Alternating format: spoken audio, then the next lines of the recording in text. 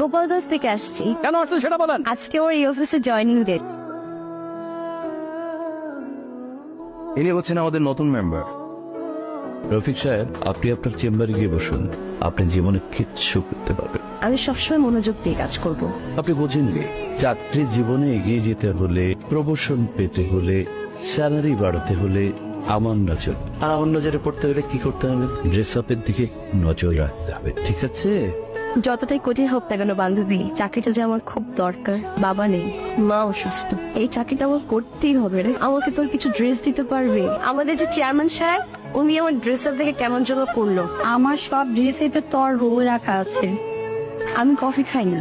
কোনোদিন এক গ্লাস পানিও খাওয়াই নাই, আর এই মেয়েকে কফি বানিয়ে খাওয়াচ্ছে। খাবেন না? আচ্ছা ঠিক আছে। তুমি এই ফোন নিয়ে সারা অফিস ঘুরো, আপনার লজ্জা করে না? আপু যার যেরকম সামর্থ্য সে সেরকমই ব্যবহার করবে। কোনো কিছু তো ঠিক নেই। কি হয়েছে?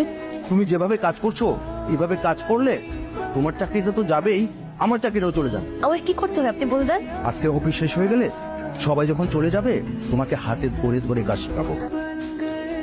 অফিসের পিয়ন থেকে শুরু করে কলিগরা সবাই সবাই একরকম। আমার পক্ষে তো এই চাকরিটা ছাড়া সম্ভব না।